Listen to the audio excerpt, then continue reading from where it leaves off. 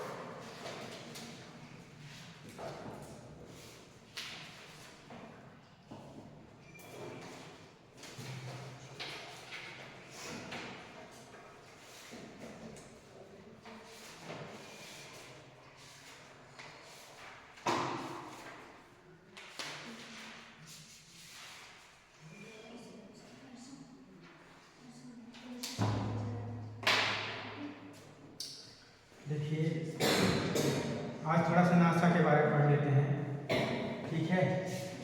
ये national एरोनॉस्टिक and space administration, ठीक, ये जो है आपके इस चैप्टर का, इस यूनिट का लास्ट पॉइंट है। तो जैसे आपने इसरो में देखा था कि कब इसकी स्थापना की गई थी, कहाँ पर स्थित है, उसी प्रकार से इसको भी देखना है कैसे कैसे चलेगा, ठीक है। जैसे इसमें एक दो लाइन लिखी है, आप लिख लीजिए, इस पॉइंट को लिख लीजिए।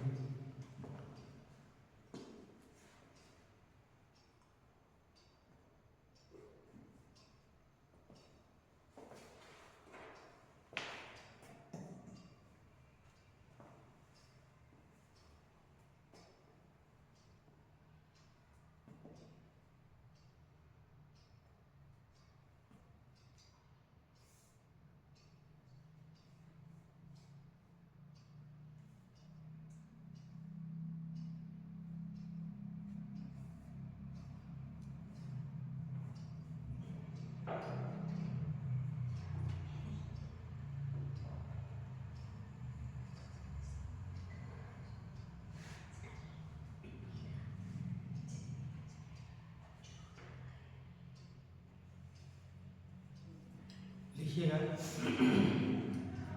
USA, इसके बाद पॉइंट करके लिखिएगा नासा।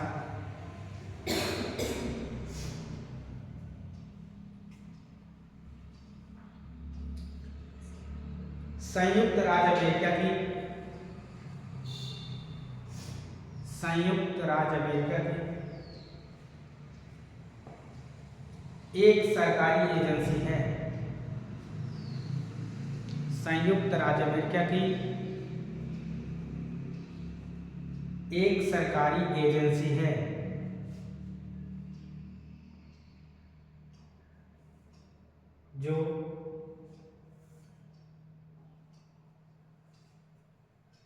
जो अंतरिक्ष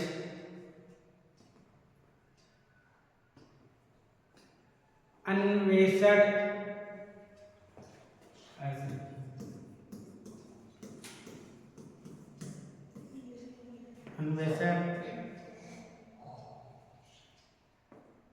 वैमानिकी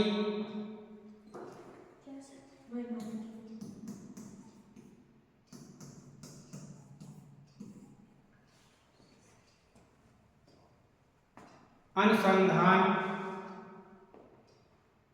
और विज्ञान के लिए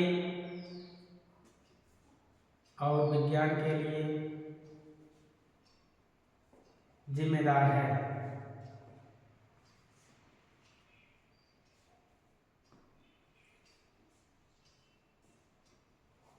इसका मुख्यालय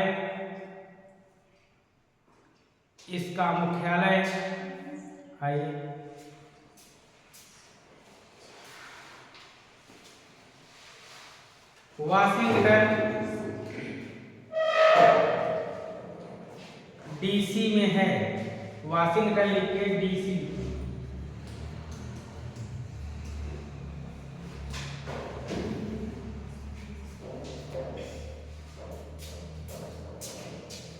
यह सौर मंडल की खोज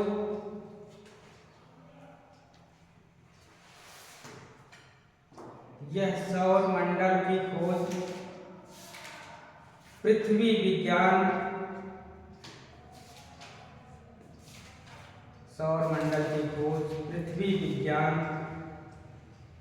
और नई तकनीकी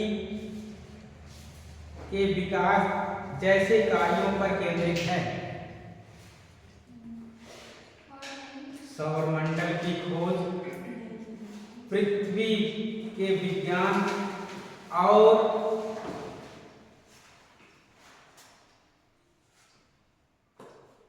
नई तकनीकी के विकास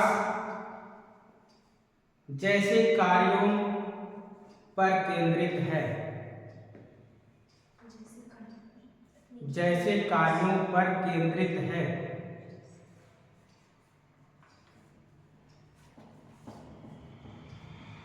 नासा का पूरा नाम आप लोग जान ही गए, एक लाइन में यहाँ लिखा गया है जी। स्थापना लिखिएगा, लाइन चेक करके स्थापना लिखिएगा। 29 जुलाई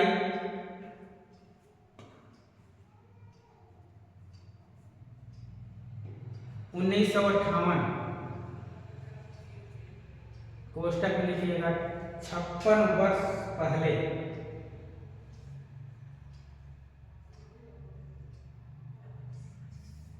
मुख्यालय जान ही गए कहाँ पर है, वाशिंगटन में। कार्य लिखिए, इसलिए कार्य क्या था, वही कार्य को अभी हमने लिखा है कि अंतरिक्ष अन्वेषण। लिखिए कार्य में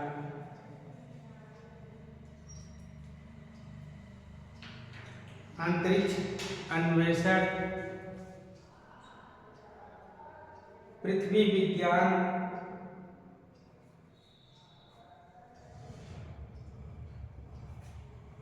वैमानिकी अनुसंधान नई तकनीकी का विकास। एक दो सेंटेंस लिखा, वैमानिकी अनुसंधान और नई तकनीकी का विकास।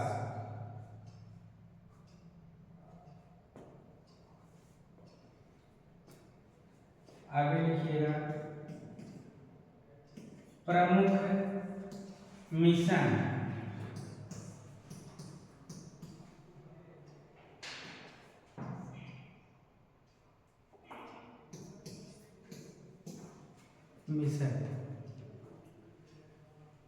नासा ने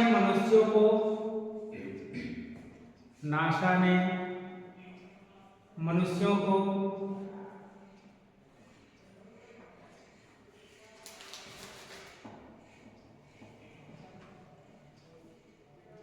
चंद्रमा पर उतारा है।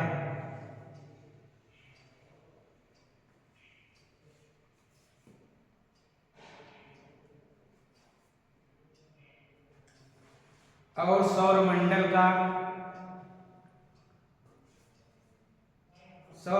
के ग्रहों का दौरा किया है।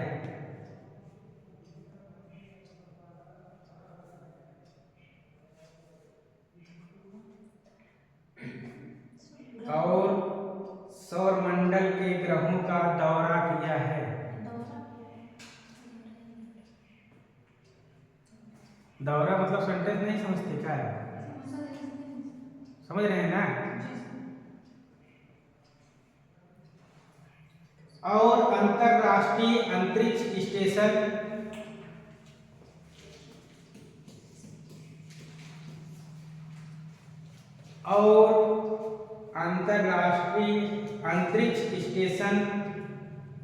ISS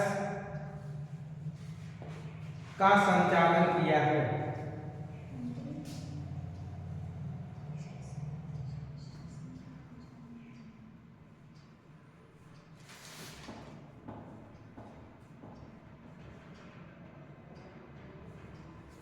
अन्य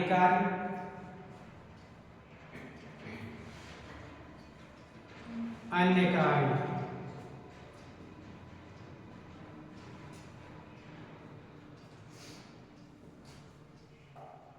पृथ्वी के पर्यावरण जलवायु का अध्ययन,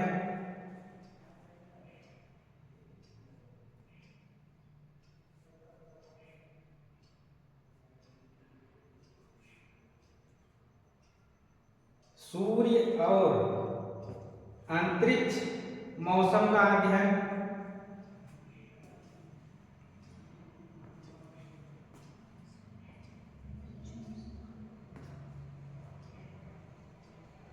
पिंडों की खोज,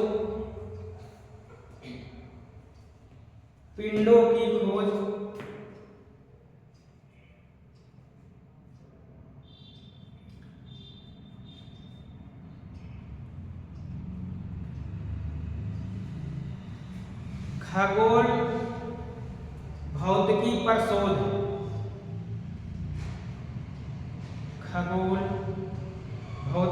शोध,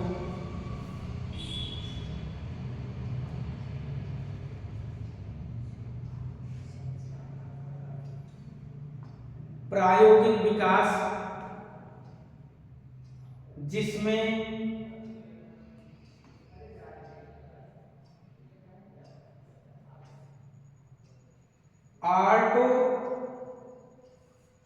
कौन सा सेंटेंस था ये? ओर्टमिस करके है, आर्टोमिस करके था ये सेंटेंस।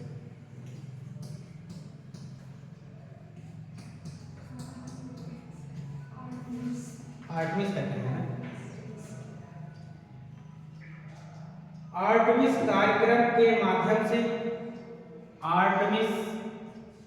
कार्यक्रम के माध्यम से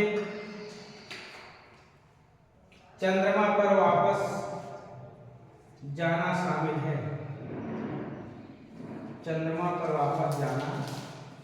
है।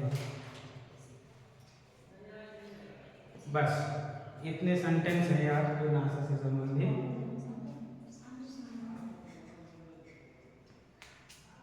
अच्छा, सभी के फुल फॉर्म जान गए थे कि लिखवाना पड़ेगा? जैसे PSLV करके था, ASLV करके था, ये सब सेंटेंस जान गए हैं आप लोग? सबका नहीं पता है? GSLV का बताए थे कल।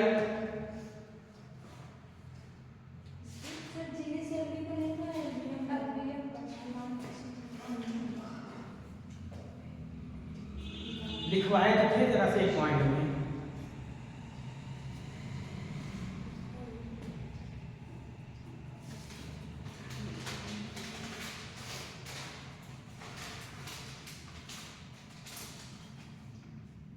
ASLV जानते हैं?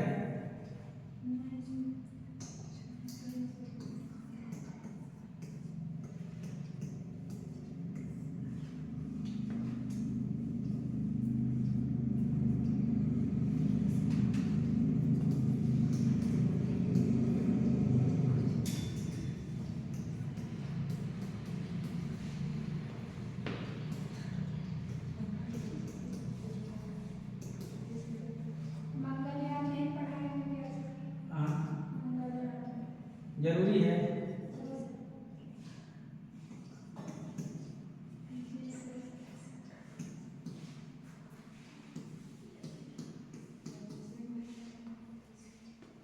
Augmented satellite launch vehicle,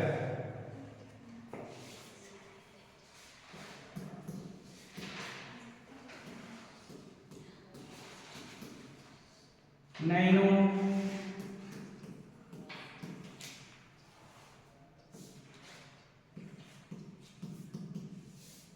satellite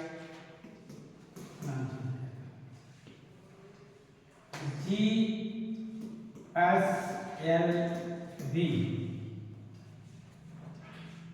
जियो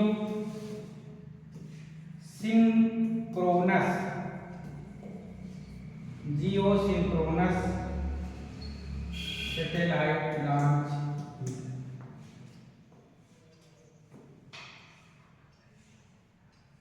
NGLV,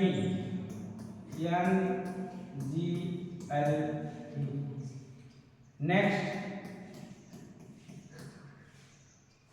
जनरेशन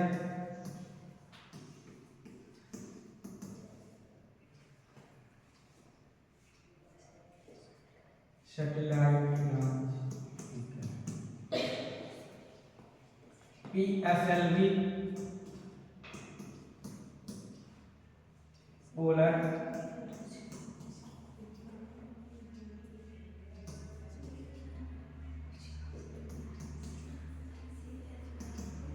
सैटेलाइट लॉन्च,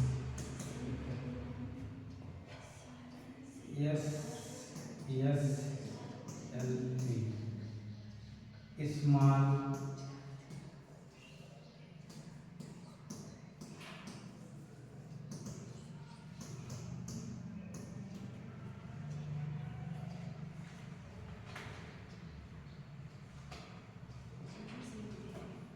देखिए ASLV है ऑगमेंटेड सैटेलाइट लॉन्च व्हीकल, है ना। इसके बाद NSLV है नैनो सैटेलाइट लॉन्च व्हीकल करके है। GSLV है जियो सिंक्रोनस, SYNCHRONUS, ठीक है, जियो सिंक्रोनस हो गया। NGLV से है नेक्स्ट जनरेशन लॉन्च व्हीकल करके है। और PSLV का मतलब आप लोग जानते हैं, SSLV का मतलब स्मॉल सैटेलाइट करके। ये कल कह रहे थे ना फुल फॉर्म इसका चाहिए, ये पॉइंट आपके।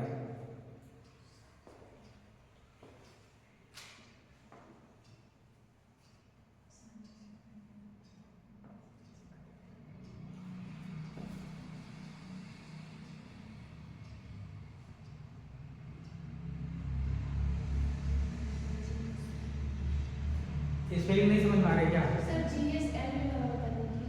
जियो जियो सिंक्रोनस, CYNCHRONUS,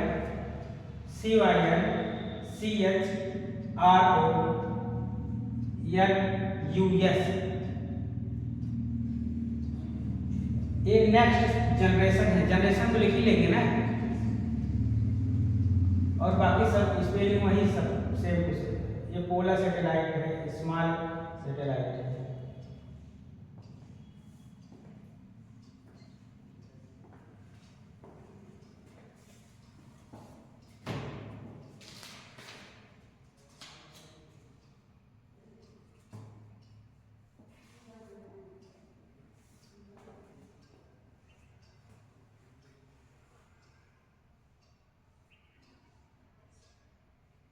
मंगलयान भी पढ़ाना होगा, कुछ पॉइंट है, क्योंकि पूछा गया है मंगलयान मंगल ग्रहण की सतह पर पहुंचा कब? ऑप्शन दे, पढ़े नहीं इसको?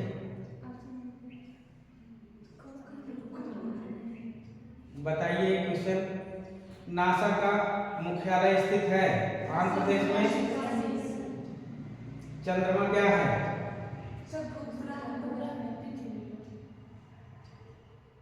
किस ग्रह को 2006 में ग्रह की श्रेणी से हटा दिया गया था? चंद्र ग्रहण की घटना होती है? पूर्णिमा को जब सूर्य ऑप्शन दे रहे हैं। अमावस्या के दिन, पूर्णिमा के दिन, अमावस की रात, कभी कभी। चीटिंग मत करिएगा बुक खोल के। सर चंद्रमा हाँ हाँ। पूर्णिमा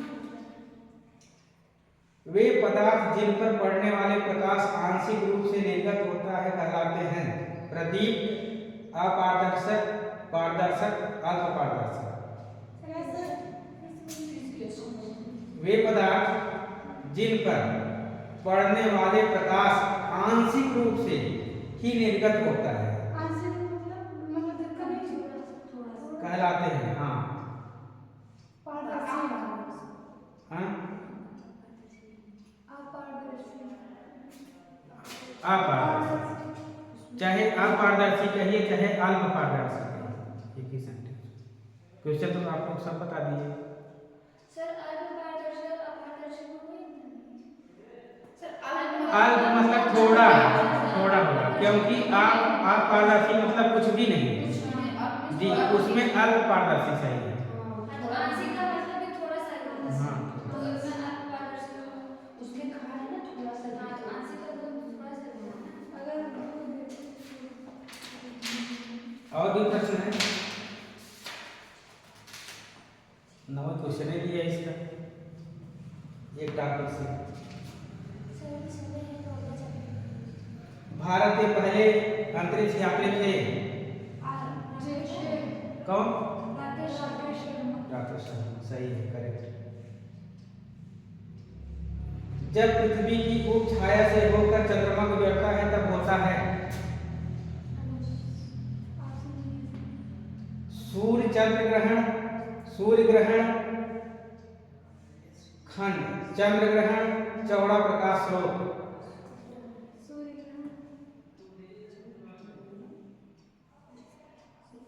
चंद्र। देखिए ये टॉपिक में जितने भी थे हमने सबको आपको पढ़ा दिया है, ठीक है। आप लोग एक बार रिवाइज कर लीजिएगा, कहीं से कोई पॉइंट मिस हुआ होगा तो लिख के दे दीजिएगा, उसको भी पढ़ा दिया जाएगा, ठीक है। आपका ये खंड यूनिट समाप्त होता है। अब हम लोग चलेंगे मृदा फसल चक्र की तरफ। आपका ये दूसरा खंड होगा, तो इसको यहीं पर समाप्त करते हैं, ठीक है।